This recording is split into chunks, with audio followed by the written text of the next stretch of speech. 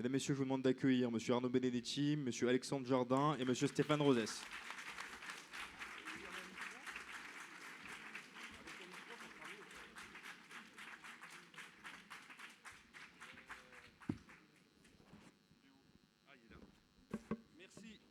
Merci bien. Est-ce que vous m'entendez bien?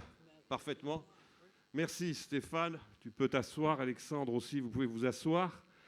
Écoutez, d'abord, je suis très heureux de vous retrouver à Saint-Raphaël. C'est maintenant un lieu, j'allais dire, de pérégrination annuelle pour la revue politique et parlementaire. Et très heureux d'ouvrir cette 3e édition de la Cité des débats qui est consacrée cette année à une thématique qui est ô combien, j'allais dire, d'actualité, notamment après la crise sanitaire, celle du savoir, du pouvoir et de la démocratie, une thématique qui est bien évidemment associée au dernier numéro de la revue politique et parlementaire qui vient de sortir, il est tout chaud, Le savant, le politique et le peuple, l'enjeu du siècle. Alors, pour commencer ces 2 journées et demie de débat, on a pensé qu'il y avait une question qu'on pouvait se poser, une question assez générale, qui pourra peut-être vous apparaître pour certains d'entre vous, une question un peu en forme de cliché. Où va la politique? C'est vrai, c'est une question qu'on se pose souvent lorsqu'on éteint notre télévision, lorsqu'on referme notre journal, lorsqu'on éteint notre tablette. Où va la politique? Et je crois que rien de mieux pour essayer d'aborder cette question aujourd'hui, cet après-midi devant vous, que 2 personnalités, alors avec des parcours tout à fait différents, mais que toutes les 2 ont un intérêt manifeste pour cette question qui nous réunit tous à la revue politique et parlementaire, la politique. Alors la première, je la présente, il est romancier, il écrit depuis 1900, les années 80, 85, 86, voilà. Il est né en 1965, c'est une très bonne année. Je dis ça sans aucune forme d'intérêt, c'est un très bon cru. Il est l'auteur d'une œuvre très prolifique. Son dernier livre vient de paraître, et je le remercie parce que vraiment, il est en promotion de son livre qui s'intitule « Frères », et je vous recommande bien évidemment de l'acheter. Vous pourrez le trouver au fond de la salle. C'est Alexandre Jardin. Mais Alexandre Jardin n'est pas seulement romancier. Il a un intérêt manifeste pour la politique. Il est chroniqueur, il intervient souvent. Ceux qui le suivent sur Twitter peuvent en effet lire et regarder la façon dont il analyse la vie publique et la vie politique aujourd'hui. Et le regard d'un romancier qui est un romancier engagé me paraît absolument intéressant et essentiel pour essayer de répondre à cette question à laquelle on va essayer de répondre. Où va la politique? La deuxième personnalité, alors lui, c'est quelqu'un qui, depuis maintenant de très nombreuses années, évidemment analyse les arcanes et les évolutions, les oscillations de l'opinion publique. Il est politologue, il est sondeur, il a dirigé notamment CSA. C'est Stéphane Rosès. Il est bien évidemment aussi membre du conseil scientifique de notre revue, la revue politique et parlementaire. Et il vient de publier, alors j'ai eu l'immense honneur de l'interviewer, un ouvrage, Chaos, essai sur les imaginaires des peuples, qui a été publié maintenant en 2022 aux éditions du CERF. Alors j'ai du mal à vous dire, là en l'occurrence, d'aller l'acheter parce qu'il y aurait un petit conflit d'intérêts, comme je suis co-auteur, donc en tout cas je vous invite à le consulter. Voilà. Alors on va commencer tout de suite, peut-être par une question assez générale, pour un peu que vous vous positionniez l'un et l'autre sur l'approche générale du politique. Déjà, parce que je sais qu'il y a beaucoup de jeunes, comment l'un et l'autre, avec des regards certainement différents, vous définissez la politique? On va peut-être commencer par Alexandre Jardin. Pour moi, c'est ce qu'on peut faire chacun, et non pas ce qu'on va déléguer. Et peut-être parce que moi il y a un côté de ma famille, on en parlait, j'ai du côté de mon père un héritage extrêmement vichiste. J'avais un grand-père directeur de cabinet de Pierre Laval en 42-43, ça vous situe. Et de l'autre côté, ma famille vient du jaurésisme, de Jaurès. Le papa de ma grand-mère se fait tirer dessus le jour où Jaurès se fait assassiner. Ils sont à table ensemble. Et il était administrateur du journal L'Humanité pendant 25 ans.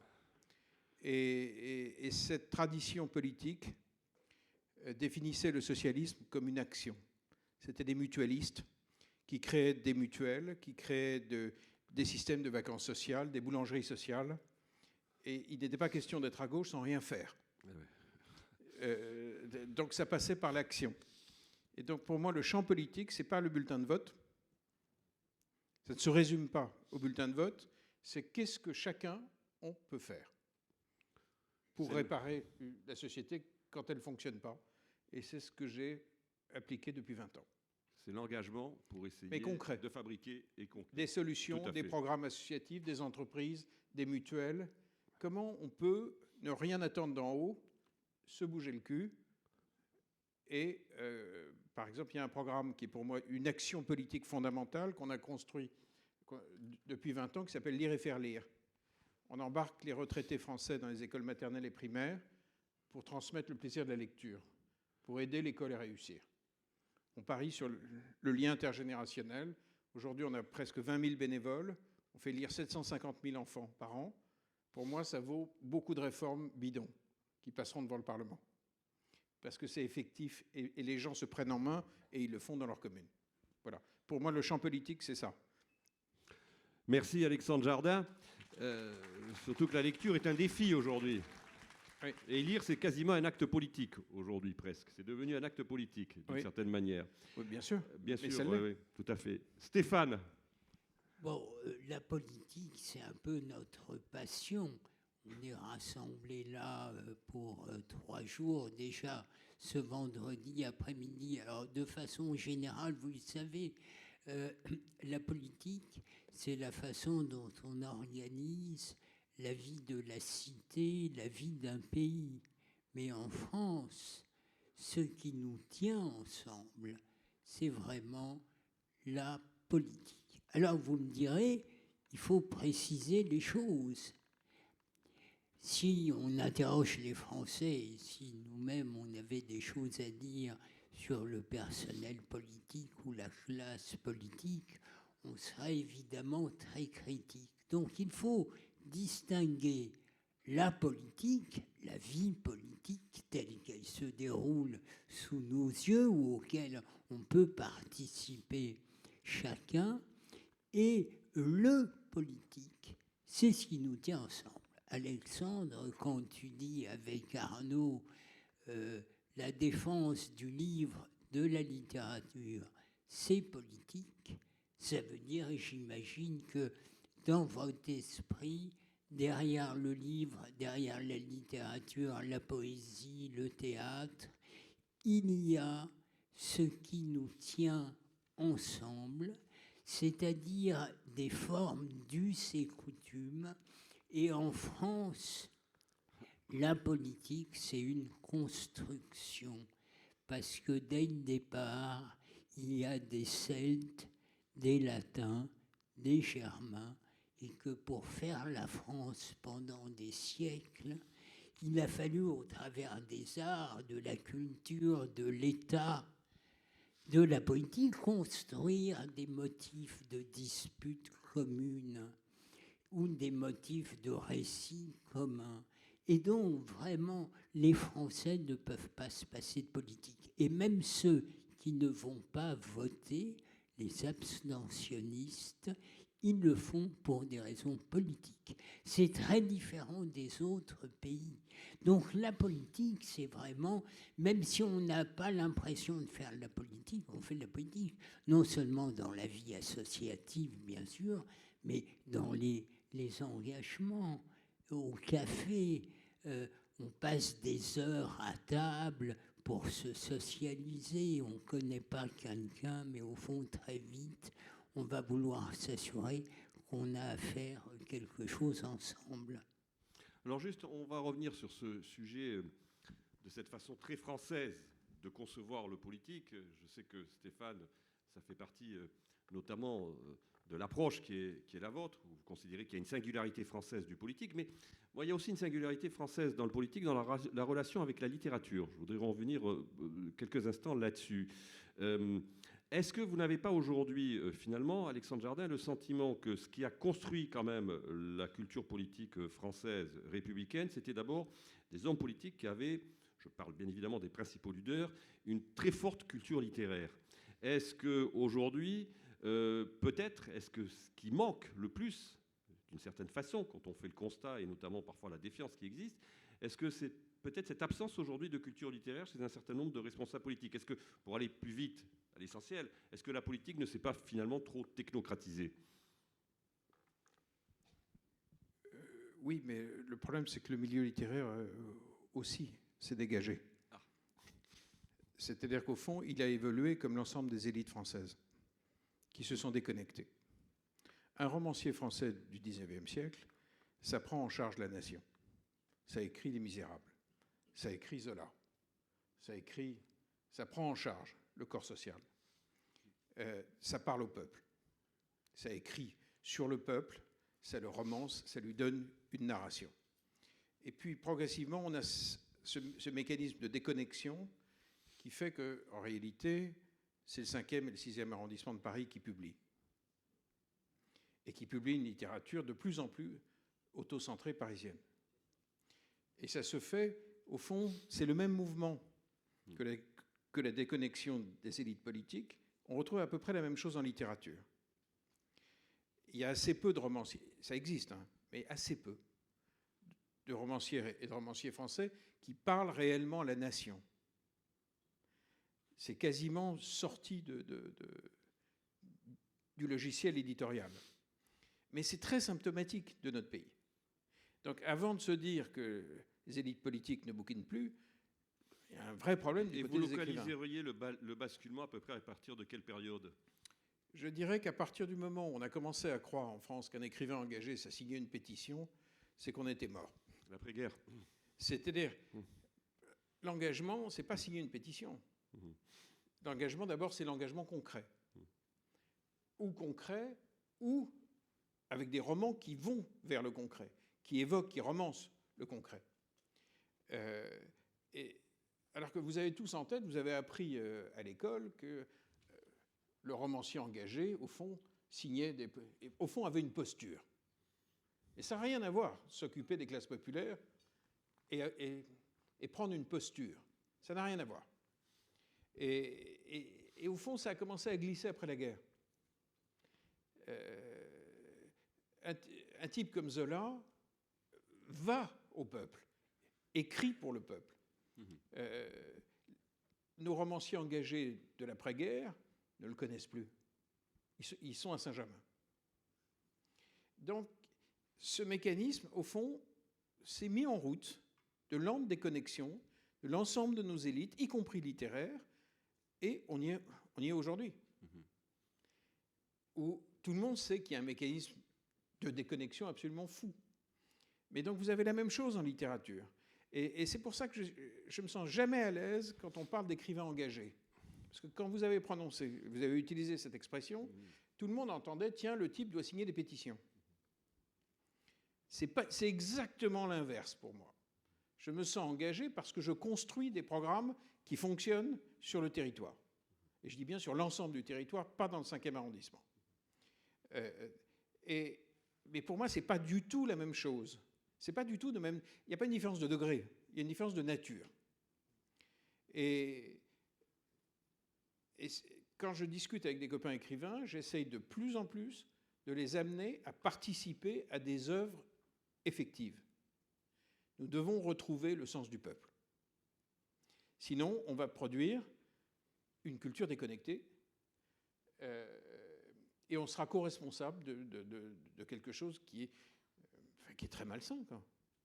Stéphane Rosès, cette question du récit et de la narration, qui est quand même au cœur de la littérature aujourd'hui, est-ce que ce n'est pas ce qui manque aussi le plus en politique, cette capacité à projeter un peuple en finalement faisant appel aussi à ce qu'il est historiquement? Oui, au fond, c'est Marx qui disait qu'il apprenait plus sur la société française en lisant Balzac qu'en lisant n'importe quel essai d'économie ou de politique. Alors pourquoi? Parce que quand je discute avec Alexandre, qui est un ami, quand je lis ses livres, quand je lis des livres d'écrivains connectés, ancrés, enracinés, j'avais dit à Alexandre un jour, je ne sais pas si je te l'avais dit Arnaud, j'avais compris le fascisme en lisant Aurélien d'Aragon. Aragon, communiste, son meilleur ami fasciste, Drieux-La Rochelle, oui. L'expérience des tranchées, de la guerre, de la mort. Ou en lisant Gilles de Drieux-La Rochelle. De la fraternité, oui, absolument. Et puis il revient à la vie civile et voit ce qu'est la vie civile et il ne pense qu'à l'égalité face à la mort, les tranchées, bon, le nationalisme. Bon, là, je comprends le fascisme. Pourtant, j'avais lu plein de livres sur des essais théoriques sur le fascisme. Donc, le roman, tu l'as dit un peu, le roman, la poésie, le théâtre, mêle, c'est la vie même.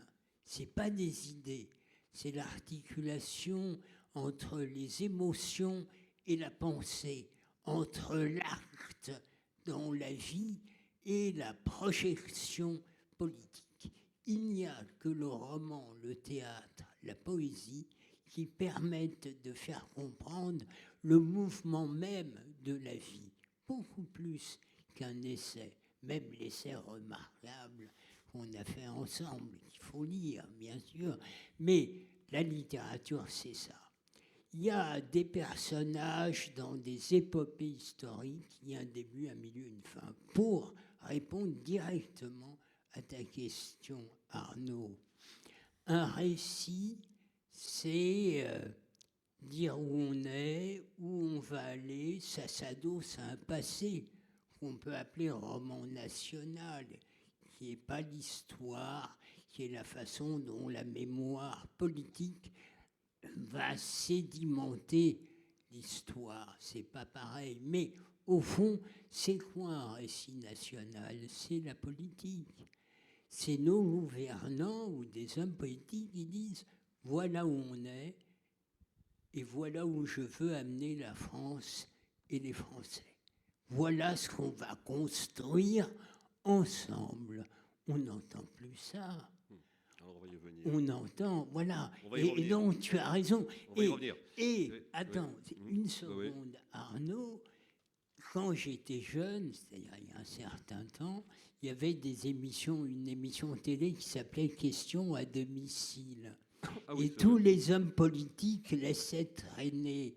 Alors, donc, comme son nom l'indique, la télé venait à domicile des hommes politiques. Et alors, tous les hommes politiques, même les plus technos, il fallait qu'ils aient près de leur lit des livres. On pouvait se demander s'ils les avaient vraiment lus, mais c'était genre, je sais pas quoi, Proust, Giscard, c'était Maupassant, bon, bref.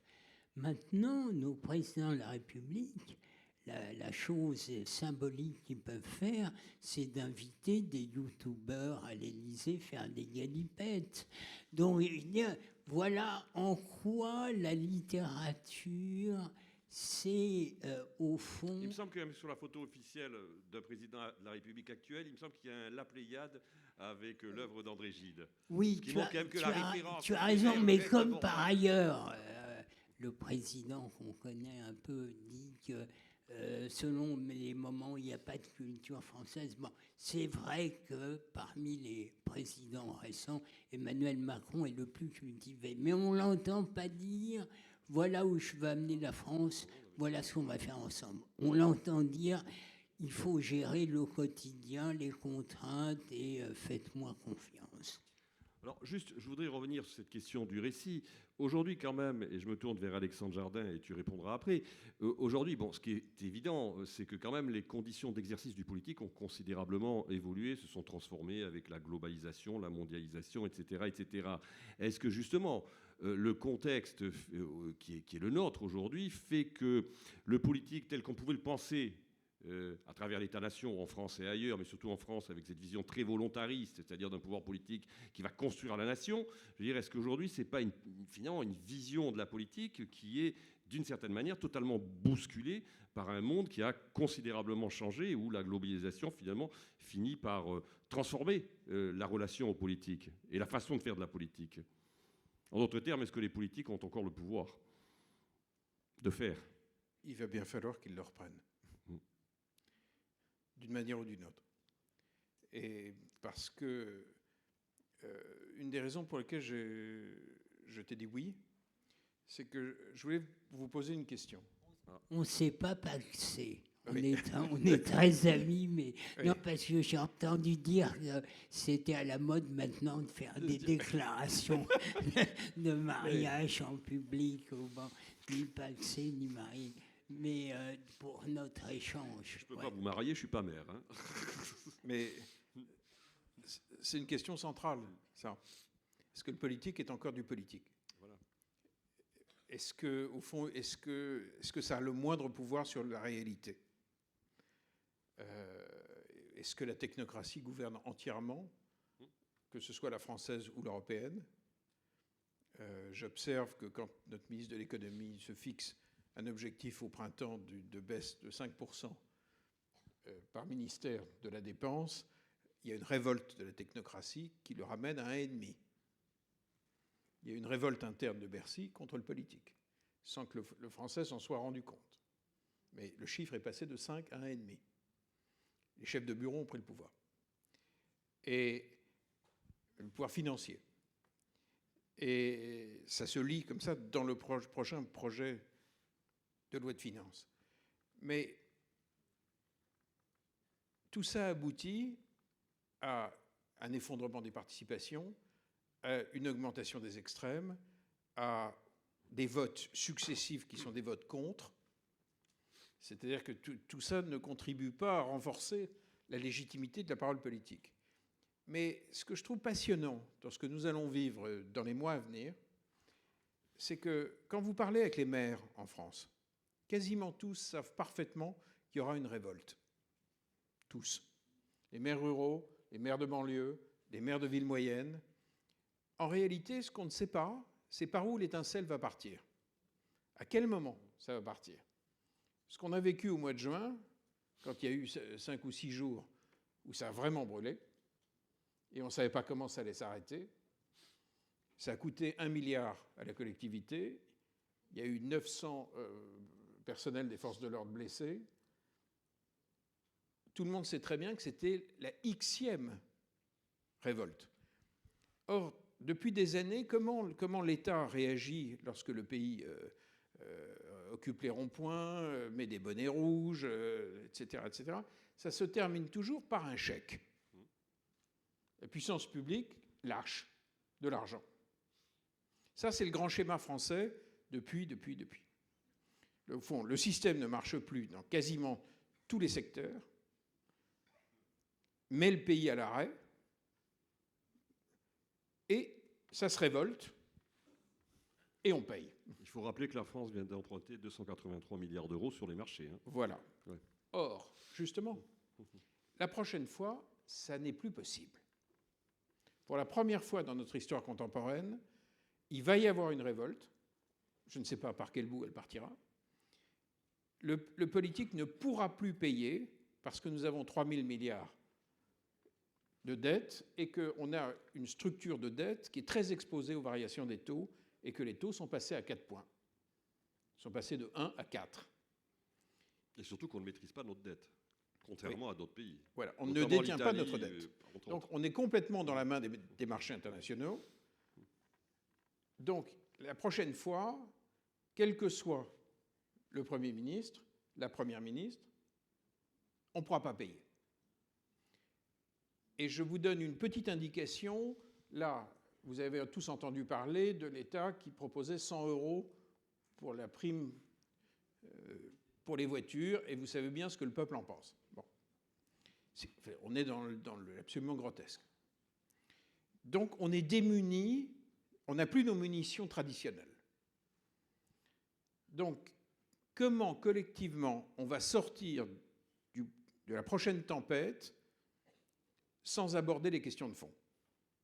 Là, on va être collectivement coincé. Ce n'est pas une question de coloration politique, c'est qu'il va y avoir le feu. Et ce qui me fascine, c'est que tout le monde le sait en France, les maires le savent, les associations de maires le savent, les responsables politiques le savent, et qu'il n'y a pas d'effort collectif, de sursaut créatif, collectif, où on se dit « Merde, on fait comment la prochaine fois ?» Qu'est-ce qu'on fait? Est-ce qu'on organise des référendums en série? Est-ce qu'on fait... Comment on s'en sort? Est-ce qu'on donne vraiment la parole au peuple par des voies référendaires avant qu'il crame tout? Or, vous voyez que quand vous allumez la télé, vous voyez que la vie politique se poursuit comme si 2027 allait arriver sans qu'il y ait de révolte avant. Mais il y aura mécaniquement des révoltes avant. Et là, on n'a plus l'argent. Donc, moi, je ne vais pas vous dire pour l'instant ce que je prépare, mais avec beaucoup de gens, je les ai mis au boulot pour essayer d'anticiper, pour qu'on puisse proposer quelque chose de collectif en France qui dépasse nos couleurs politiques. Ça serait bien que vous nous en disiez un peu. C'est pas encore mûr. Mais c'est important que des gens travaillent là-dessus. Et j'invite les conseils municipaux à y penser. Quand ça va arriver chez vous, dans votre département, qu'est-ce que vous allez anticiper? Or, on voit bien que depuis 30-40 ans, le peuple essaye de dire des choses par des révoltes, par des insurrections dans les urnes.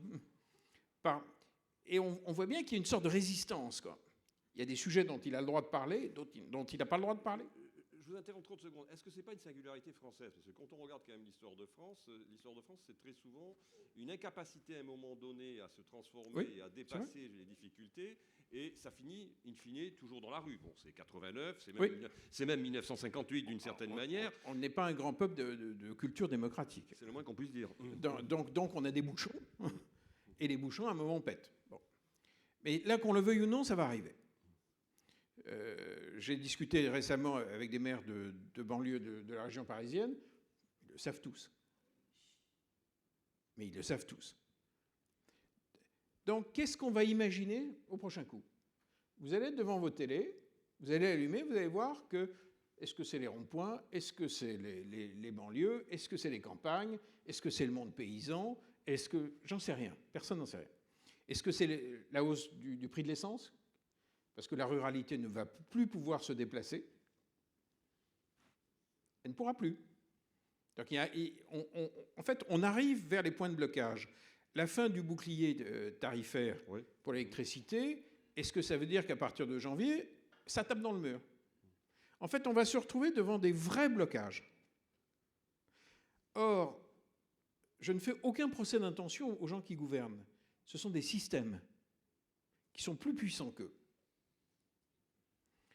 Est-ce que nos systèmes vont résister à ce choc? Est-ce qu'on va être capable collectivement de créer des processus démocratiques? Ça peut être des référendums, hein, pour qu'on s'exprime directement, parce que, en fait, on a épuisé tout. On a épuisé les faux grands débats. Les gens ont été absolument honnêtes. Ils ont été dans les mairies. Ils ont contribué. Le nombre de contributions, c'est extraordinaire. Évidemment, comme ça aboutit à rien, ça provoque une colère latente à l'intérieur du pays extraordinaire. En fait, on ne peut plus faire de faux semblants et on ne peut plus faire de chèques. Ce qui veut dire que moi, je suis très optimiste. Enfin, sur le référendum, force est de constater que depuis 2005, et le trauma que ça a créé chez les élites, le référendum n'est plus qu'une hypothèse. Oui, mais il va bien falloir qu'à un moment, le souverain s'exprime et dise ce qu'il a sur le cœur, sur l'ensemble des sujets fondamentaux qui font une nation. Juste sur une question d'actualité récente, est-ce que vous auriez été favorable, par exemple, à un référendum sur les retraites, comme le réclamaient un certain nombre de responsables politiques, à gauche, mais aussi à droite d'ailleurs, pour certains d'entre eux? Personnellement, je suis favorable à plusieurs référendums en même temps, parce que tout se tient. Parce que derrière la question des retraites, il y a la question de la natalité. Bien sûr. Derrière la question de la natalité, il y a la question immobilière. Est-ce qu'on a des toits pour faire des enfants, pour avoir des maisons? Derrière tout ça, vous avez l'énorme crise d'un système ultra-bureaucratique. Derrière ça, vous avez, enfin, vous voyez, vous avez des cascades. Donc je ne suis pas pour un référendum, je suis pour que les gens s'expriment. Et je pense que s'ils ont la possibilité de s'exprimer, ils vont vraiment surprendre le pays. Parce que, au fond, il y a probablement des majorités qui ne correspondent absolument pas au découpage classique politique. Sur les questions d'immigration, sur les questions de bureaucratie, sur les questions de décentralisation, sur les questions, etc., etc. Je ne suis pas du tout certain que ça recoupe la géographie traditionnelle. Donc, non à un référendum. D'abord parce que les gens vont se méfier. Et si on en a un, ils vont dégommer le gouvernement. Si on en a plusieurs qui ne sont pas des choses trappes, il faut que ce soit franc. Il faut des questions franches. Il ne faut pas qu'il y ait de possibilité d'interpréter derrière. Mais ça peut être une issue. Mais je ne prétends pas que c'est la seule issue. Ce que j'aimerais, c'est vivre dans un pays où l'on anticipe un petit peu ce qui va nous arriver. Et j'aimerais que dans nos communes, dans nos conseils municipaux, on se pose sérieusement la question. Au prochain coup, on fait quoi? Il n'y a plus de chèques, on ne va plus faire des faux grands débats, on ne va plus faire des faux... ça ne marche plus, quoi. Les fausses consultations, en fait, ça ne marche plus. Les conventions citoyennes, j'y pense parce que je vois Jean-François Delfrécy qui est là et qui a, disons, animé une convention citoyenne, notamment sur la fin de vie avec le comité consultatif national d'éthique. Quel est votre positionnement par rapport à ce type d'outil? Je pense qu'à un moment, il y a un souverain et qu'il y a une culture politique. Je pense qu'à un moment, le souverain doit parler. Sur un très grand nombre de sujets. Nous devons reprendre une culture démocratique et non pas technocratique, d'une manière ou d'une autre. Et il y a un tel discrédit, une telle inquiétude dans l'idée de déléguer.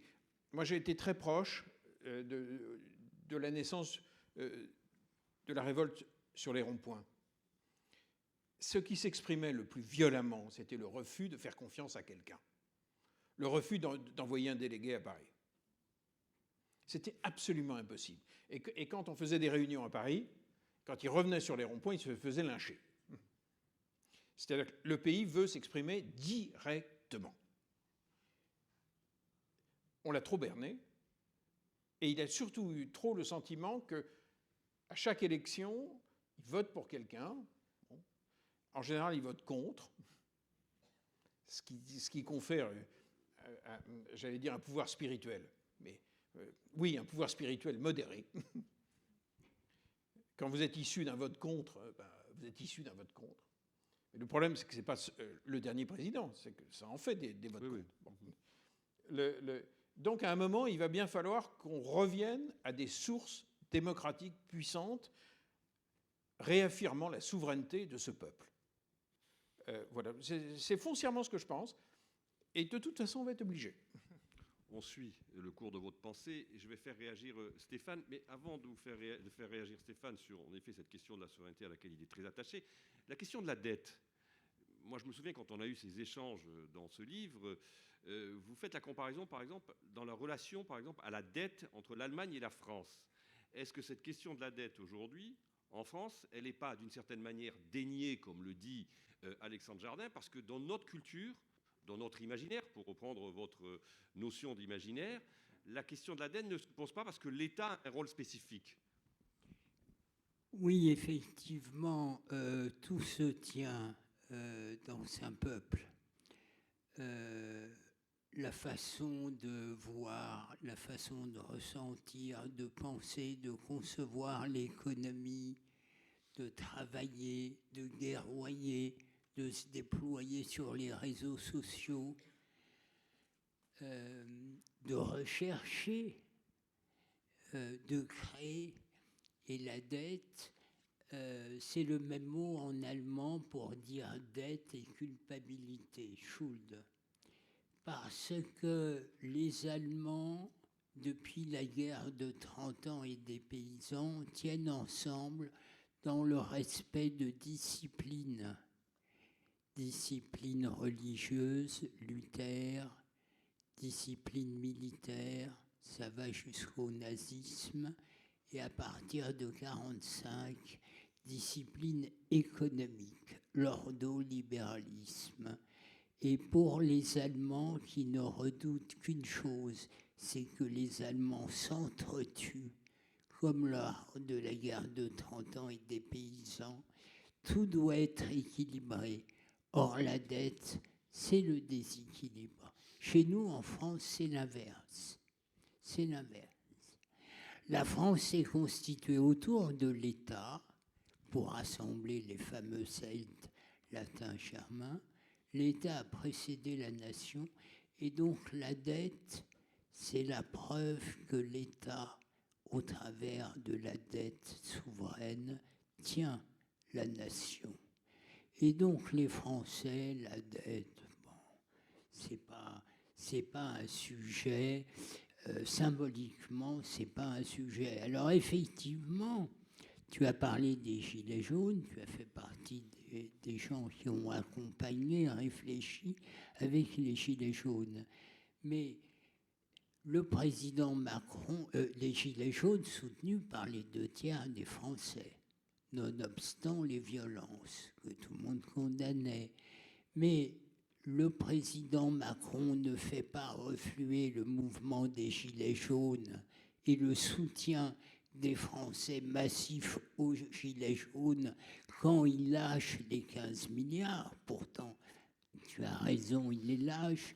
Mais quand symboliquement, au travers du grand débat, les cahiers de doléances, il semble se remettre au milieu des Français.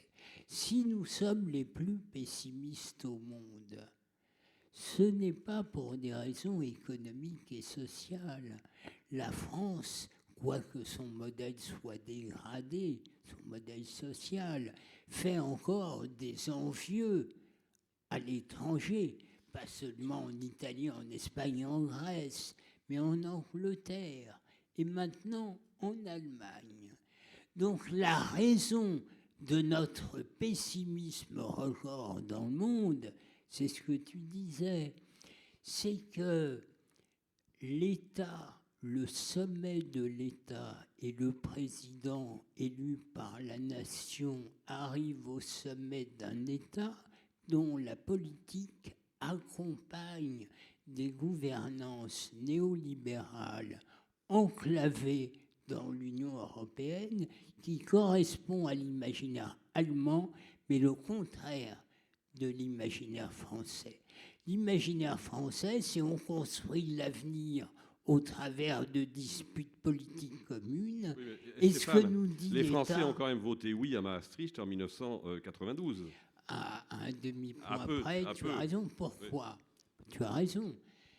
Parce qu'à l'époque encore, l'imaginaire français étant universaliste, on croyait la phrase de François Mitterrand, la France est notre patrie, l'Europe est notre avenir.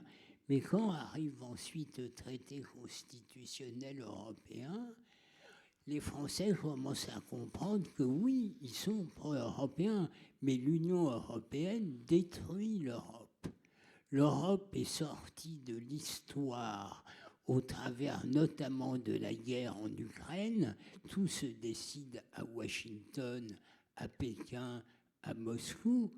L'Europe n'a en rien pesé pour éviter cette guerre et pour trouver des solutions parce que les institutions européennes sont contraires au génie européen. Le génie européen, c'est depuis Mare Nostrum, des peuples divers culturellement qui font du commun. Ce que fait l'Union européenne, c'est pas ça. Elle impose des règles économiques uniques et elle prétend rapprocher les peuples au travers du respect de discipline. Il se passe l'inverse. L'Europe décline économiquement, elle disparaît géopolitiquement, les peuples s'affaissent et du fait de notre imaginaire, nous sommes les plus pessimistes. Donc quand, Alexandre, tu dis le souverain doit reprendre la parole, tu dis bien la nation la nation souveraine doit reprendre la parole, parce que si des gens se disent on ne peut plus rien faire, ils le disent à tort, parce qu'ils voient que les décisions sont prises, quoi que les peuples disent. Quand les Français votent non au traité constitutionnel européen, le traité de Lisbonne repasse derrière et fait comme si les Français n'avaient pas dit non. Mais pourtant, les peuples partout dans le monde se replient. Pourquoi ? Parce que les peuples ont participé de la globalisation néolibérale. C'était pas un complot, hein. Les gens voulaient être de plus en plus prospères. Ils voulaient que l'efficacité économique domine. Et puis il arrive un moment où ils se disent mais on ne maîtrise plus notre destin. Et là, ils se replient, ils se morcellent, ils se fragmentent, et il faut se dépêcher, parce que la solution la plus facile pour montrer qu'on existe, c'est la guerre à l'autre. Guerre économique, guerre culturelle, guerre militaire. Et donc, le néolibéralisme qui a créé cette dépossession des peuples, qui nous amène à la guerre par la culture, c'est bien parce que ceux qui nous dirigent dans les grandes écoles, et l'HEIP essaye de se distinguer, mais moi j'enseigne depuis 32 ans à Sciences Po Paris, j'enseignais à HEC, je vois bien que nos classes dirigeantes, nos élites, ne savent plus ce que sont les humanités. Nos dirigeants ne comprennent pas le peuple français. Quand ils voient arriver les gilets jaunes, ils ne comprennent pas que c'est une immense jacquerie qui remonte loin dans notre histoire, Ils ne comprennent qui pas, interpelle. Stéphane, juste, je t'interromps 2 minutes. Ils ne comprennent pas. Les élus locaux, un certain nombre d'élus locaux, tu as raison. avaient tiré la sonnette d'alarme, notamment, par exemple, sur la mesure de limitation à 80 km/h sur les routes départementales. Tu as raison. Donc, Tu as raison, c'est mais pas toute la classe politique qui est, j'allais dire, totalement aveugle, et d'ailleurs Alexandre Jardin l'a dit, sur ce qui est en train de se passer dans les profondeurs Oui, du pays. mais je ne sais plus si on le dit dans le livre, mais quand les gilets jaunes sortent du bois, Macron nourrit ton peuple. Il a nourri la question fiscale et sociale, ton peuple. C'est, au fait, le souverain, c'est qui ? C'est nous ou c'est je ne sais pas quoi, des contraintes économiques extérieures ? À ce moment-là, je dis au président Macron, c'est une jacquerie, il faut tout de suite recevoir les gilets jaunes à l'Élysée. Il fait l'inverse. Il fait l'inverse. Avec Superbe, avec son Premier ministre, Édouard Philippe, c'est circulé, il n'y a rien à voir. Il radicalise le pays. Il radicalise le pays. Et je suis d'accord avec ton diagnostic, comme la précédente présidentielle, mue par la peur de la guerre et du Covid, n'a en rien construit un lien entre le président et le pays. Du coup, il n'a pas mené campagne législative, du coup, il n'a pas de majorité. La future présidentielle ne va pas arriver comme un train qui fonctionnerait et arriver en gare où on dirait, comme disait Lénine, Aussteigen. Non, non, non, non. Ça ne va pas durer 4 ans comme ça.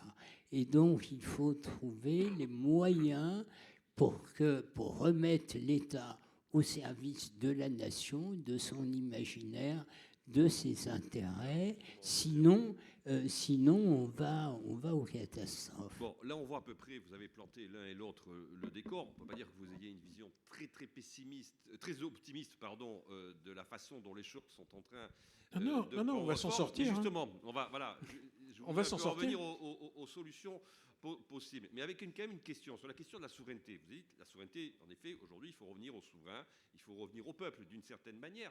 Mais la question de la souveraineté, elle est quand même particulièrement aujourd'hui hypothéquée. Elle est hypothéquée par ce que vient de rappeler, c'est-à-dire Stéphane, le fait que, je veux dire, on est inclus quand même dans une dynamique européenne qui, sur divers segments, nous lie les mains. Elle est quand même particulièrement grevée par le poids de la dette. Parce qu'aujourd'hui, être endetté, c'est évidemment ne plus être totalement souverain, surtout quand notre dette est achetée sur les marchés étrangers. Je crois que c'est à peu près plus de la moitié de la dette française qui est aujourd'hui possédée par l'étranger.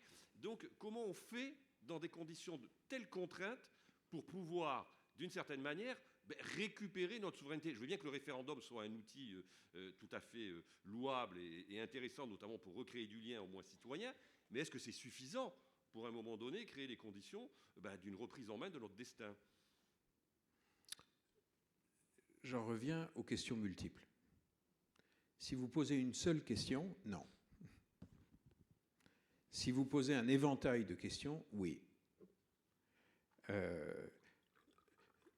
Les Espagnols et les Portugais sont sortis, par exemple, du système de tarification de l'électricité en Europe. Ils n'ont pas détruit l'Union européenne. J'ai lu un papier dans le Figaro avant-hier expliquant que Macron envisageait de faire pareil. Je ne sais pas si vous avez lu il y avait un grand papier là-dessus. Je ne sais pas si c'est une posture pour négocier en ce moment avec les Allemands qui cherchent à nous faire perdre notre avantage compétitif, ou si c'est vrai. Mais visiblement, il va y venir. Il va y venir. Est-ce qu'il y vient sincèrement, ou est-ce que c'est un truc de négociation avec l'Allemagne? J'en sais rien. Il y a toutes sortes de bruits qui courent dans un sens ou dans l'autre, à Bruxelles aussi. Mais c'est tout à fait possible de reprendre la souveraineté et de payer le prix de l'électricité, non pas par rapport à un système aberrant actuel, mais par rapport à son coût de production en France. C'est ce que les Espagnols ont choisi de faire. Ils n'ont pas dynamité. Donc, quoi qu'il arrive, reprendre une part de souveraineté ne signifie pas dynamiter. On va, quoi qu'il arrive, vivre en Europe. On ne va pas évaporer la réalité. Et personne ne songe à évaporer c'est pas possible. Bon. Mais est-ce que, oui ou non, sur un certain nombre de questions, nous voulons être souverains? Ça n'est pas faire un affront à la construction européenne dans son ensemble. En tout cas, si on pose la question aux souverains, que dira-t-il? Que dira-t-il? Est-ce que vous voulez revenir au système qu'on a connu en France avant, où vous aviez EDF, une facture et des prix acceptables, ou est-ce que vous préférez qu'on continue? Oui, non. Vous voyez bien que selon la réponse, le pouvoir du négociateur français à Bruxelles n'est pas le même. La réalité politique des forces en présence ne sont pas les mêmes. Le vrai problème, c'est qu'on a des instances politiques qui n'ont plus de puissance. Si le même Macron va à Bruxelles alors que les Français ont tranché 7 ou 8 questions, sa marge de manœuvre d'abord n'est pas la même, il n'évolue pas dans le même type de rapport de force, y compris avec les partenaires européens. Donc, mais la politique, c'est aussi des rapports de force, hein, entre Français, mais aussi avec nos partenaires. Mais ça veut dire qu'il faut qu'il redemande un autre mandat au peuple français, c'est ce que je comprends en vous écoutant. Il n'a pas été élu là-dessus. Ben, le truc, c'est qu'on ne sait pas bien sur quoi il a été élu. On sait surtout qu'il a été élu pour ne pas avoir l'autre. C'est surtout ça qu'il y a eu, tout le monde le sait. Enfin. Donc, à un moment, en tout cas, la situation actuelle ne leur donne pas le pouvoir. Si je suis ministre de l'Éducation, est-ce que j'ai le pouvoir de remettre en question un système bureaucratique centralisé? Pas sûr. Je veux dire, en Suisse, pourquoi vous avez moins d'échecs scolaires et pourquoi vous avez beaucoup moins de gosses au chômage? Pourquoi? Parce qu'il n'y a pas d'éducation nationale. C'est géré par les cantons.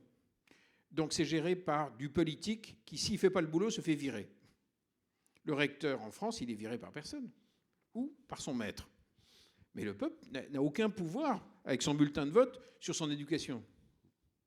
En Suisse, ils ont les pleins pouvoirs. Ils peuvent virer.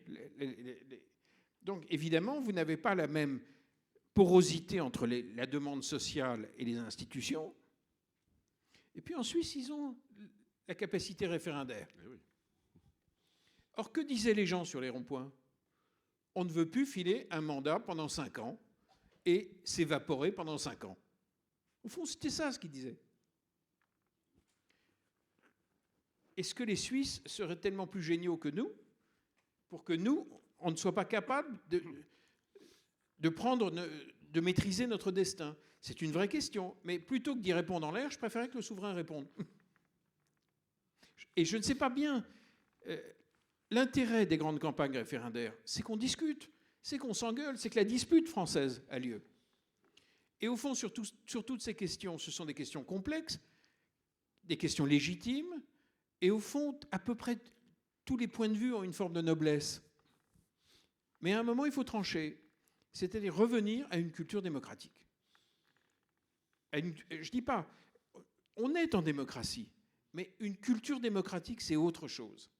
C'est accepter la part de dispute, ce que tu appelles la dispute française, ce qui fait aussi une nation. C'est comme dans une famille, vous vous engueulez, et puis ça fait une famille. Et puis à un moment, le mécanisme démocratique doit revenir. Et je ne vois pas bien comment on va s'en sortir autrement à cause de toute cette complexité. Mais imaginez que la prochaine fois que tout pète, on finit par être une masse en France, y compris d'élus locaux, qui se disent « bordel, qu'est-ce qu'on fait ?» Y compris d'élus locaux responsables qui disent « ok, on va essayer d'enclencher un processus pour que le souverain s'exprime. » Peut-être que sur 7, 8, 9, 10 questions, le peuple tranchera et nous n'aurons pas la même élection en 2027. Parce que tout le monde se positionnera par rapport à ce que le souverain aura voulu. Et donc, vous n'aurez plus la même gauche, vous n'aurez plus la même droite, vous n'aurez plus le même centre, parce qu'il faudra tenir compte. En fait, il faudra écouter. C'est tout ce que je nous souhaite. C'est pour ça que, quand vous avez dit on est pessimiste, non, moi je pense qu'on va y arriver. Je pense qu'on va y arriver parce qu'historiquement, on y arrive. Je veux dire, l'histoire de France, c'est une histoire qui se finit bien. C'est un pays quand même qui est fondamentalement génial et qui produit des gens curieux partout. Mais la question que j'ai envie de vous poser à chacun d'entre vous, est-ce que là où vous êtes, dans votre université, dans votre classe, dans votre conseil municipal, dans votre entreprise... On va prendre des questions ensuite. Est-ce que vous pouvez commencer à penser à 1, 2 ou 3 questions référendaires? On va y venir dans quelques instants. Vous poseriez quoi comme question?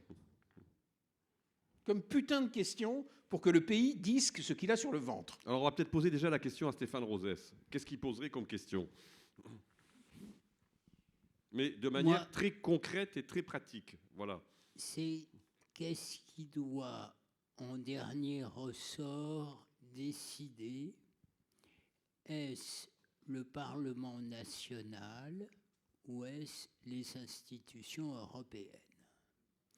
On a appris que la Cour de justice européenne... Ça s'appelle un Brexit, enfin un Frexit. Ça. Venait... Non, on va revenir là-dessus. Non, c'est pas la même chose. On vient d'apprendre que la Cour de justice européenne disait à la France qu'elle n'avait pas la maîtrise de sa façon de gérer la question migratoire, dont des juges,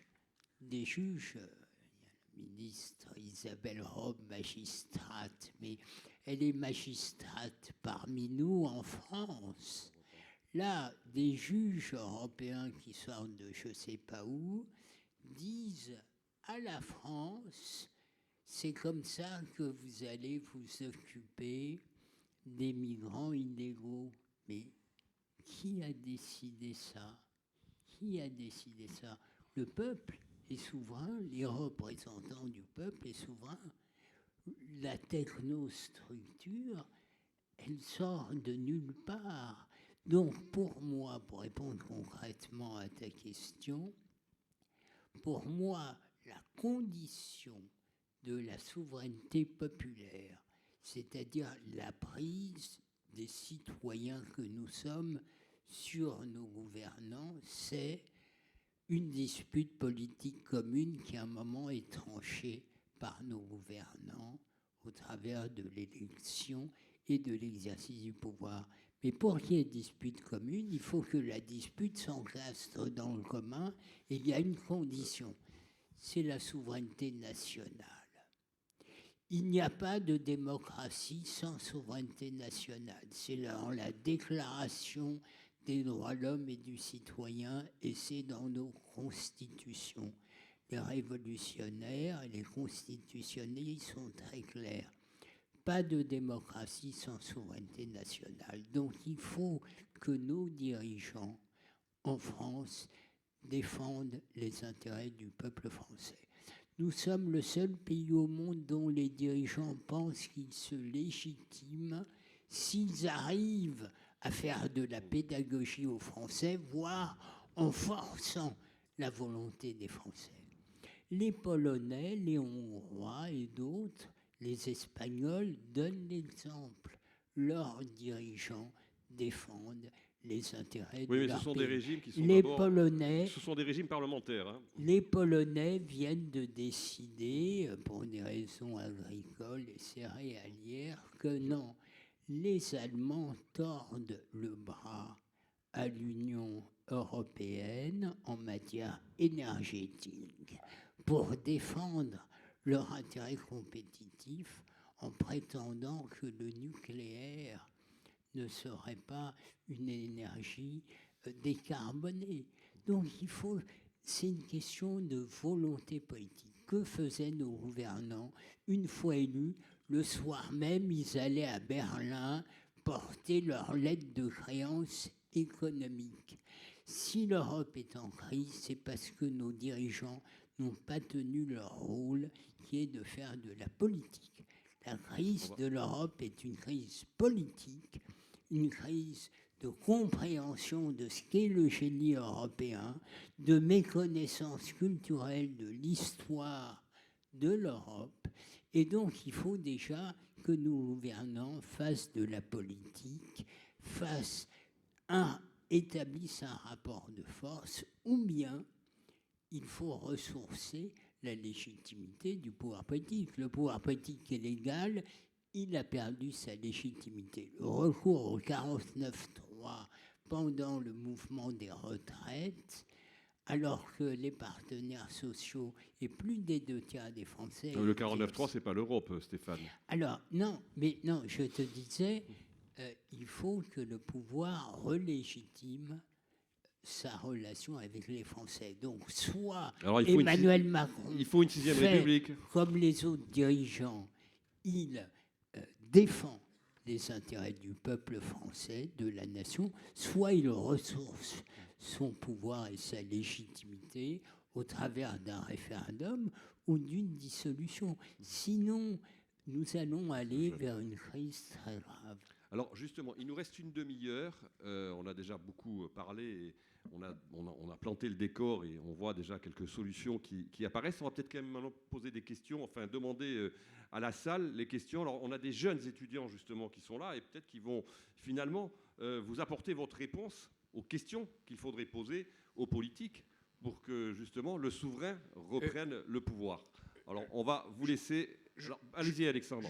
Juste avant, je voudrais dire quelque chose. Stéphane défend un point de vue avec passion. Mais ce qui m'intéresse dans le processus référendaire, c'est pas que Stéphane ou moi ou X ou Y décide, c'est qu'on décide. C'est-à-dire que le processus en lui-même est puissant et il fabrique un groupe et il fabrique une société. Et c'est quasiment plus important que le résultat. Toute dernière question, juste avant qu'on passe la... Oui.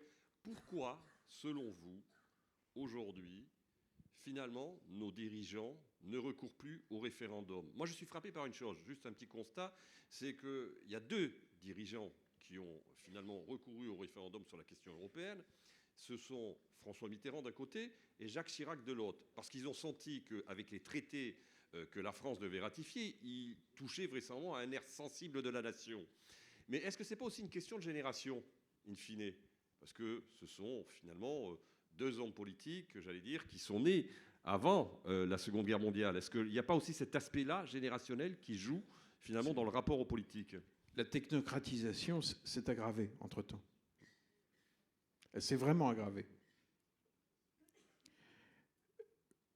Mais à un point extraordinaire. Est-ce que les Français savent que la plupart de nos ministres ne choisissent pas leur directeur de cabinet? Donc on vous retire votre bras droit. Parce que les grands corps de l'État ont pris comme habitude, pas que les grands corps, ce qu'on appelle les puissances de l'intérieur de l'État, le choix fondamental, c'est le choix du directeur de cabinet de Matignon, qui a tendance à imposer à ses ministres des directeurs de cabinet à lui. Donc déjà, quand vous êtes ministre, vous avez rarement un véritable bras droit. Ensuite, vous êtes dans votre bureau, le téléphone sonne, et il y a toutes sortes de grands corps de l'État qui vous disent « on a pensé pour votre cabinet », et vous découvrez qu'il vous reste à peu près une marge budgétaire pour engager 2 personnes. Donc vous n'avez pas de bras droit, vous n'avez plus de bras gauche. Ça, Emmanuel Macron a essayé de casser les grands corps. Hein. Oui, mais bon.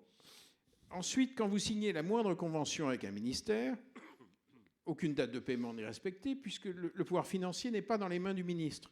Vous avez un petit grid de Bercy qui se balade dedans et qui définit en la réalité des dates de paiement. Ensuite, vous avez une conférence le mardi des directeurs de cabinet et vous avez les arbitrages de Matignon. On écrit les bleus. Les bleus, c'est les ordres à l'intérieur de l'État le mardi après-midi. Le Conseil des ministres a lieu le mercredi. Pas de pot, c'est écrit le mardi après-midi. Donc, ce que je vous dis, c'est ce qui se passe. Et tous les gens qui ont approché le pouvoir savent que ça se passe comme ça en France. Donc, pour rigoler, vous avez de temps en temps une élection, mais dans la réalité, vous avez... Mais je déconne pas. Je veux dire, l'actuel patron de Bercy a fixé un objectif au printemps, publiquement, de réduction de 5%, et la machine a dit non. La machine a dit non, ça sera 1,5. Donc, ce pouvoir interne que tout ministre vit. D'ailleurs, en général, ils écrivent des bouquins quand ils sortent du gouvernement pour dire « Ah, j'ai rien pu faire parce que... » Donc, on sort de trajectoire, il faut rebaliser la volonté populaire, mais de manière directe. Ensuite, quand vous regardez un ministre, quand vous grattez un peu le pédigré, en général, ça vient beaucoup. Je veux dire, l'actuel ministre de la Santé, il se trouve que je le connais. Le gars, il était magistrat, c'est un magistrat du Conseil d'État. Il est l'expression même de ce qu'on peut appeler l'État profond. Bon. Ensuite, vous avez des cours de justice administrative au Conseil d'État qui va vous dire à peu près ce que vous avez le droit de faire. Mais ils peuplent les cabinets, ils peuplent les principales fonctions. Donc vous avez une confusion des pouvoirs absolument ahurissante. Mais quand je dis ahurissante, c'est ahurissante. Donc le pouvoir du Conseil d'État en France, c'est hallucinant. Bon. Donc, bon, il va falloir remettre des mécanismes démocratiques. Mais pour défoncer des trucs comme ça, vous avez besoin que le souverain parle. Alors, on va le faire parler, peut-être, le souverain. Ben, allez, oui. Alors, on va, je crois qu'il y a là des jeunes étudiants de l'HEIP, entre autres, et ils ont certainement des questions ou des observations, et ensuite, on fera tourner, bien évidemment, le micro. On en a encore à peu près pour un peu moins d'une demi-heure, voilà, de débat. Mademoiselle, présentez-vous et posez votre question ou faites votre observation. Artémis Simon de Bessac, étudiante à HEIP en 3e année de bachelor. J'aimerais revenir sur ce que vous évoquiez tout à l'heure, sur la déconnexion du peuple, du politique et du littéraire. Pensez-vous que la rupture de la jeunesse avec la chose politique vient également d'une omniprésence des technologies sur un public d'ailleurs de plus en plus jeune et de l'abandon progressif des démarches réflexives approfondies et notamment des humanités par les jeunes? Merci. C'est le fond, ce que vous soulevez. C'est le fond. Si on veut s'en sortir, il faut que les étudiants comme vous aient accès aux humanités. Et une conception du monde large, nourrie, et que vous soyez en capacité de maîtriser des mots précis. Je travaille depuis 5 mois sur le développement d'un outil d'intelligence artificielle. L'IA m'a appris une chose. Ceux qui vont la modeler seront ceux qui maîtriseront les humanités. Ça exige de plus en plus de précision, parce que si vous n'êtes pas précis dans les instructions que vous donnez à vos développeurs, quand je dis précis, c'est précis. Les codeurs ne vont pas travailler convenablement. Donc l'arrivée massive de l'intelligence artificielle va nécessiter des gens de plus en plus ouverts aux humanités, de plus en plus capables d'expression. Au fond, l'arrivée de l'intelligence artificielle, ça va nous obliger tous à être plus intelligents, plus cultivés, plus curieux, plus. C'est tout le contraire des conneries qu'on lit dans la presse. Au fond, l'IA exige de monter le niveau. Ce qui est une super nouvelle. Et j'ai cru comprendre, en écoutant votre enseignante, qu'elle a ce genre d'obsession pour vous. C'est un sujet qu'on abordera demain, avec notamment Laurent Alexandre, dans une table ronde. Rapidement, Stéphane, parce que je veux qu'on prenne le maximum de questions. Oui. Ce qui me semble tout à fait décisif dans la littérature, c'est de rappeler que la langue, ce n'est pas seulement un support d'information. Elon Musk a dit qu'avec le numérique, le langage allait disparaître. Non, la langue, ce n'est pas seulement un support d'information. C'est ce qui relie les gens entre eux dans un peuple. Par l'écart entre le signifiant et le signifié, c'est même ce qui distingue le sapiens du néandertal. C'est-à-dire que quand on converse ensemble, d'où notre appétence, les Français sont ceux qui restent les plus longtemps à table. Moi, j'ai travaillé pour McDonald's. C'est pas parce qu'on va tous au McDonald's dans le monde qu'on s'uniformise. Pas du tout, pas du tout. La France qui a le plus grand nombre de magasins McDonald's parce que le directeur de McDonald's France a réussi à convaincre les Américains qu'il fallait mettre des salades, adapter les McDonald's aux us et aux coutumes des Français. Les Français vont en groupe au McDo et ils y restent du temps. Dans les autres pays, les gens y vont seuls pour bouffer. Donc le rapport à la gastronomie, c'est bon, je ne parle pas de McDonald's, mais je veux dire, on se met autour d'une table pour parler, pour converser. Et le langage, la littérature, c'est un petit écart entre le signifiant et le signifié qui fait qu'on va pouvoir se retrouver. Il y a ici un ambassadeur. La France est la langue de la diplomatie et de la poésie. Parce que pour concevoir la langue française, dès le départ, il a fallu un grand écart entre le signifiant et le signifié, d'où le rayonnement de la francophonie, bien au-delà de la puissance économique de la France. Donc, la littérature, effectivement, les humanités permettent d'assembler les gens et de comprendre les autres, d'être du côté de Montesquieu et pas du côté de Condorcet. La loi doit être l'émanation des us et coutumes des peuples et non pas une abstraction qui s'imposerait à l'ensemble des peuples. On va poursuivre parce qu'il y a d'autres questions. Il y a une question là-bas, juste madame ou mademoiselle, allez-y. Voilà. C'est bon, on a le micro, là, voilà, parfait. Merci beaucoup. Il y avait une dame aussi. Oui, pardon, oui. Ouais. Et Jean-François. Ouais. Je m'appelle Rebecca Revel et je suis étudiante en 2e année à HEIP. Vous avez évoqué dans votre propos finalement une critique de la démocratie représentative. Et ma question, ce serait, est-ce que ce serait pertinent de venir à une démocratie qui est directe, comme par exemple voilà, l'exemple de la démocratie athénienne?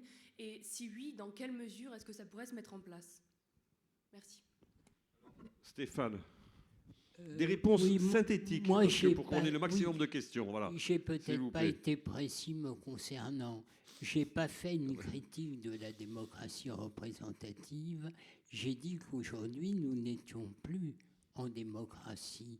Les élections ont lieu, bon, normalement, mais le président arrive à un sommet de l'État qui, lui, a les logiques qu'Alexandre a bien décrites, de sorte que très vite, une délégitimation du pouvoir se passe. Donc, Je pense que nous fonctionnons, nous, Français, à la démocratie représentative. Quand il y a des demandes de démocratie directe, c'est pour essayer de réinsuffler une démocratie représentative qui n'a plus de débouchés parce qu'il n'y a plus de souveraineté nationale. Dans les grandes questions, les choses ne se décident plus ici. On l'a vu lors de la réforme des retraites. Les gouvernants ne pouvaient pas ouvrir un débat sur le travail et la retraite parce que les logiques qui avaient conduit à la réforme échappaient. Oui, C'était pour être dans les clous des réformes dites structurelles européennes. Donc, je pense que la démocratie représentative est nécessaire.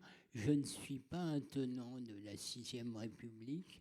Les Français veulent avoir un président dépendant d'eux, sauf que si Mais la 5e République n'est pas si mal faite que ça. Hein. Elle permet, je veux dire, d'interroger les Français. Il suffit de le vouloir. La souveraineté Voilà, nationale, directement. ce n'est pas le cas. Alexandre Jardin.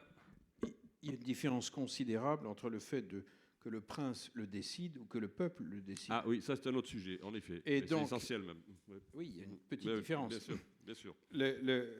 Or, pour répondre à votre question, soit il y a des gens qui répondent à votre place, soit on pose la question. Soit on a la courtoisie démocratique de demander au pays est-ce qu'il veut des processus référendaires municipaux uniquement? Est-ce qu'il en veut régionaux? Est-ce qu'il en veut nationaux? On peut s'inspirer par exemple des chiffres, des quotas de signatures de pays un peu analogues. L'expérience suisse, ça fonctionne aussi en Italie. Bon, on peut s'inspirer de nos pays voisins et puis poser la question. Est-ce que vous voulez, en plus de la démocratie représentative, une dose? Mais ce qui me semble important, ce n'est pas que quelqu'un réponde en haut, c'est qu'on réponde. Parce qu'en réalité, le pouvoir d'initiative, il faut que ça vienne quand même d'un désir populaire, sinon ça n'a pas de sens. La responsabilisation d'un peuple, ça ne peut pas être octroyé. Ça vient d'une nation. C'est ce que demandaient les Gilets jaunes, le RIC. Oui, c'était ce qu'ils demandaient. Mais après, eux ne représentaient pas toute la France. Non. Donc, un processus démocratique qui vous poserait la question, est-ce que vous voulez ça au niveau de vos communes? Est-ce que vous voulez ça au niveau de vos régions? Au niveau national? Oui, non, avec tel et tel barème il y a plein de pays qui font cohabiter les deux types de démocratie. Donc, on peut matiner. Mais en fait, à un moment, sortir de la culture du « je sais » pour faire confiance et se dire qu'il y a peut-être une intelligence collective dans le pays, qu'on n'est pas quand même uniquement des millions d'ânes battés, qu'on est quand même des citoyens, ça ne me paraît pas scandaleux de se dire, tiens, on peut peut-être faire confiance. Et je pense qu'on est un peuple mature, parce qu'on est un peuple politique. Vous voyez bien que sur les questions d'immigration, c'est très passionnel. Mais le gros de la nation voit bien la complexité des questions. Les gens ne sont pas idiots. Les gens ne sont pas du tout idiots. Ils voient bien la complexité. Donc, je pense que faire confiance, de toute façon, de manière générale, moi, j'adore les gens qui font confiance. Je préfère vivre dans une époque où on se fait confiance, quoi, au lieu de penser qu'on est tous des malotrus. C'est le principe de la démocratie, c'est de reposer sur la confiance et le consentement. Oui. Alors, il y a Jean-François Delfrécy qui voulait intervenir, mais... Madame, vous voulez poser une question? Non, madame qui est au fond. Vous avez le micro ou pas? Si, on vous le donne.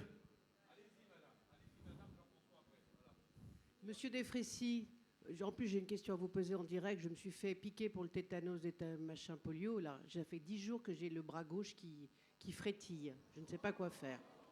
Bon, pardon. Je vous ferai une consultation à la fin du débat. Oui, parce que je suis très ennuyée. Oui, Bon, vous viendrez me voir, madame. Mais excusez-moi de vous prendre la parole. Moi, j'ai beaucoup réagi. Je m'appelle Véronique Chabert. Je suis parisienne et j'étais longtemps à Saint-Raphaël. je ne serai pas une citoyenne de Saint-Raphaël. Je suis un peu désespérée car je viens souvent à cette cité des débats et je ne vois pas beaucoup de monde présent. Donc quand on me parle de mobiliser les citoyens, ils ont un moment extraordinaire pour écouter des débats passionnants qui sont donnés par ces conférences depuis quelques années. Moi, je me régale. Généralement, j'amène des amis. Monsieur Rosès, j'avais un grand copain l'année dernière qui était là. Vous êtes à un niveau... Excusez-moi, j'ai besoin de parler d'abord. Je suis autodidacte. J'ai 65 ans. J'essaye de rentrer dans des univers politiques, pas politiques, des univers de débat depuis des années. Même à Paris, il y en a peu. Il y en a peu. Je ne sais pas où est-ce qu'on se pose la question, messieurs. Où est-ce qu'on se pose les questions du débat? Alors, je suis très intéressée par ce que vous voulez mettre en place ou ce que vous pourriez mettre en place. Un peu inquiète des référendums parce que je ne suis pas certaine que ça ne soit pas oui, non. On veut la révolution et après. Qu'est-ce qu'on met en place? Très inquiète des systèmes qui tiennent partout. Même le souverain, je crois, est tenu par des systèmes. On a des systèmes mondiaux qui nous tiennent. Il faudrait entendre la géopolitique. Non, j'ai beaucoup de réflexions à faire là-dessus. Attendez, oui, je vais poser ma question. Qui a envie de se mettre en politique? Question à toute la salle, par exemple, qui demande des questions. Attendez, je mets mes lunettes. Mais Moi, je m'inquiète beaucoup pour l'écologie. J'espère vraiment que les jeunes vont s'y mettre à fond, parce que ça devrait être leur sujet. oui, Les sujets politiques, on est un peu blasé. On ne sait pas par où commencer. Moi, ça me fout la trouille. Je trouve ça très dangereux. Voilà. C'était plus une intervention. On va peut-être passer la parole aux jeunes et après à Jean-François Delprécy. Le micro des jeunes, là. Ah ouais, voilà, merci.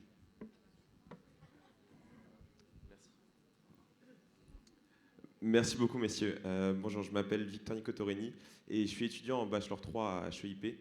Je voulais revenir sur la place de la France dans l'Europe. Vous en avez abordé une partie. Ma question est simple. Comment reprendre notre destin national en main? Il y a plusieurs solutions qui sont évoquées en Europe. Faire comme la Hongrie, faire comme l'Angleterre, ou faire comme la France et accepter un peu la domination bruxelloise. Comment pensez-vous que l'avenir de l'Europe peut se dessiner avec les autres puissances internationales, les États-Unis, la Chine, la Russie, même si en ce moment c'est un peu plus compliqué? Merci beaucoup. Les Français, alors pour répondre à Madame, la politique, les jeunes semblent se désengager. En fait, c'est pas vrai. Ils se désengagent des partis, des formes traditionnelles de la politique, mais ils s'engagent d'une autre façon, dont la question environnementale et dans leur quartier. Moi, je suis assez confiant sur la jeunesse et au fond, ce qui fait l'inconscient collectif d'un peuple et des Français. Donc je suis assez confiant, madame. Alors oui, les Français sont pro-européens parce que, comme disait Malraux, on a besoin d'embrasser le monde. Donc on ne peut pas, comme les Anglais, dire on quitte l'Union européenne, l'Europe. Par contre, je pense que au plan européen, il va y avoir des élections européennes, il faut redonner du pouvoir aux représentants des nations et il faut que les parlements nationaux aient un droit de veto. Pour moi, le Parlement européen, hormis la symbolique, n'a pas réellement de légitimité en ce que les élus ne sont pas indexés réellement sur une volonté, ce que disait Alexandre. Il faut qu'il y ait un désir, il faut qu'il y ait une volonté, c'est ça un peuple. Donc moi je suis comme De Gaulle, comme à un moment Delors, tenant de l'Europe des nations. Je suis hostile à la Commission européenne, au pouvoir des juges. Pour moi, ça, c'est pas l'Europe, c'est la destruction de l'Europe. Et l'Europe, c'est une diversité de peuples, c'est un génie et on peut faire avec ça. D'accord. Donc le droit de veto, ceci dit, les parlements peuvent très bien ne pas transposer automatiquement les normes européennes. Hein. Donc il y a un problème aussi, je pense, interne dans le fonctionnement des institutions de la Ve République. Alexandre Jardin, pour répondre à la question de notre jeune étudiant. Je crois que si on reprend le chemin d'une culture démocratique, tout va changer, y compris au niveau européen. Parce qu'à partir du moment où vous avez en France même une culture bureaucratique, technocratique, au fond, elle s'entend à merveille avec une technocratie européenne. Et elle rêve d'avoir des technocrates dans les régions. Et si possible, des technocrates à la tête des communautés de communes. Au fond, la bureaucratie, ça pullule et ça aime le même que soi et les mêmes process mentaux. Donc, si on veut profondément revenir à une culture démocratique, d'abord, il faut poser des questions, notamment la question de la supériorité du droit. Est-ce qu'en cas de conflit majeur, important, vital, nous conservons la main ou pas? Ça ne veut pas dire dézinguer tout, parce qu'il faut bien qu'on discute et qu'on travaille ensemble. Mais vous voyez que si on fait cette révolution française, et qu'on débureaucratise, et qu'on revient à une culture démocratique, et qu'on remet des disjoncteurs démocratiques. J'ai pris l'exemple de l'éducation. Personne en France ne remet en question un système qui envoie dans le décor les classes populaires françaises, qui n'assure plus le renouvellement et l'ascenseur social depuis Pétaouchna. C'est complètement fou. Il y a des exemples européens où c'est complètement décentralisé et où il y a un disjoncteur. Le disjoncteur, c'est l'élection. Est-ce qu'on veut que les questions d'éducation soient réglées rue de Bellechasse à Paris? Il y a des systèmes ultra décentralisés en France qui échappent à l'éducation nationale. Les lycées agricoles. Les lycées agricoles, ça marche très bien. C'est très adossé à une profession. C'est beaucoup plus enraciné. Tout à fait. C'est pas con. Complètement. Est-ce qu'il y a des modèles comme ça qui vont nous intéresser? Donc, c'est cette révolution démocratique, cette sortie d'une orbite technocratique qui fait que nous n'aurons pas les mêmes élites, donc pas les mêmes gens qui arriveront à Bruxelles, et adossés à des processus démocratiques français. Donc vous voyez bien qu'on ne reprendra pas les négociations européennes. Je vais vous prendre un exemple très précis, là. Vous savez tous que pour se loger, c'est devenu le bordel en France. Bon. On sait tous que cette année, il y a eu un effondrement de la construction et qu'on ne va pas rattraper ça, enfin bref, qu'on est en chute libre. Que comme on ne peut plus acheter à cause des taux, des machins, ça se reporte sur le marché locatif et que quand un étudiant veut se loger, il visite 50 chambres avant d'en trouver une. Bon. Le gouvernement a tenté un peu de voir s'il pouvait retirer les logements qui étaient des passoires thermiques. Ce qui est un suicide. Si vous voulez détruire vraiment la France, il faut le faire. Il recule. Et tout le monde fait « Ouf ». Ce que vous ne savez pas forcément, c'est qu'il y a un projet de directive européenne là-dessus, qui est dans les tuyaux. Vous voyez bien que si nous n'avons pas la capacité de nous opposer à ça, c'est complètement dingo de faire exploser le pays. Et de le faire véritablement exploser. Si les gens ne peuvent plus du tout se loger, ce n'est pas possible. Donc on ne peut pas retirer X% des logements sur le marché alors qu'on est déjà en pénurie dramatique. Bon.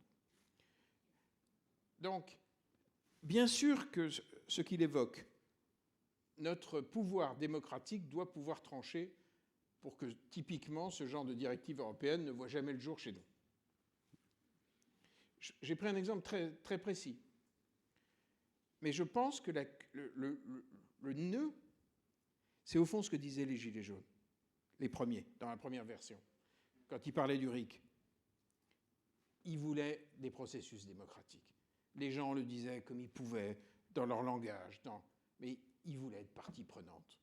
Ils ne voulaient plus qu'il y ait des illuminés à Paris qui prennent des décisions pour eux. Je veux dire, ils voulaient avoir une capacité d'exister. En tout cas, merci pour ces réponses très concrètes, parce que je crois que c'est très important. Et on va passer la parole à Jean-François Delfrécy dans quelques instants. Juste un point quand même sur la technocratie. Je veux dire, il ne faut pas quand même imaginer que la technocratie est le seul produit de la structure bruxelloise. C'est-à-dire qu'en France, nous avons quand même une très forte capacité c'est ça, le problème. à créer des structures s'imbrique. technocratiques, et que très souvent d'ailleurs, Ça très souvent, s'imbrique, et on tout oublie ça. de le dire, c'est que l'Union européenne très souvent s'est inspirée initialement De nos schémas mentaux de notre tarés. culture, de notre propre culture technocratique. Jean-François. Non, moi, juste deux, trois remarques. Je partage assez l'analyse de Jardin sur 2 points fondamentaux. Hein. Le premier, la notion de confiance. Et le second, de dire que les citoyens français sont beaucoup plus intelligents qu'on ne le pense, et qu'il y a un exercice d'intelligence collective qui peut se mettre encore en œuvre. Bon. Après, là où je suis plus nuancé, c'est fondamentalement, je pense qu'on est dans une belle démocratie en France. Vous râlez tous, vous gueulez, vous mettez tous une balle dans le pied. Il y a énormément de gens qui voudraient vivre en France, y compris dans des pays qui ne sont pas seulement des pays de migration. La constitution montée très rapidement d'ailleurs, par De Gaulle et Debré, nous a quand même sorti d'une lourde période de 4e République où l'indécision était au rendez-vous. Ce qui manque, et vous l'avez très bien dit, c'est la culture démocratique. Comment on arrive à monter, finalement, la voix du citoyen avec une démocratie participative. Votre réponse, elle est très claire, je la sens bien, c'est passer au référendum, et je partage l'analyse, c'est-à-dire à plusieurs référendums. Et non pas, parce que si on fait qu'un référendum, ça sera évidemment un truc politique. Moi, je dis qu'il y a plusieurs outils. Il y a à la fois, bien sûr, les référendums, et pourquoi pas, pourquoi pas. Il y a autre chose, et je l'ai vu monter, tu faisais allusion, Arnaud, c'est quelque chose de plus complexe qu'on vient de monter sur, par exemple, la réflexion sur la fin de vie, sur des grands sujets sociétaux.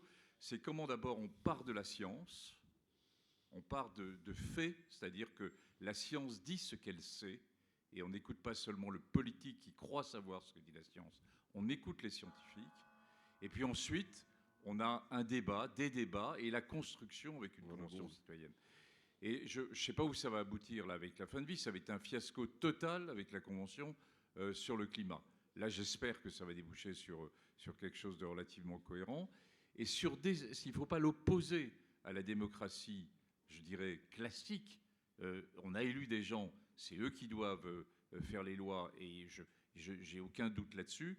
Mais une préparation un peu longue, soit par référendum, soit par ces processus de démocratie participative, ce qui se passe en Suisse par exemple, permettent de fouiller des sujets difficiles, de passer du temps. Voilà, c'est ça ma remarque. Et je pense que les Français en sont parfaitement capables. Merci. Merci en tout cas. Merci à vous deux, Alexandre Jardin et Stéphane Rosès. Je sais que c'est toujours un peu frustrant. On avait 1h30, il y a un certain nombre de questions qui ont pu être posées. Et puis maintenant, de toute façon, vous pouvez retrouver nos 2 auteurs au fond de la salle. Ils vont signer leurs ouvrages, et je crois qu'on reprend à 17h pour une prochaine table ronde. Merci à toutes et à tous. Merci Jean-François.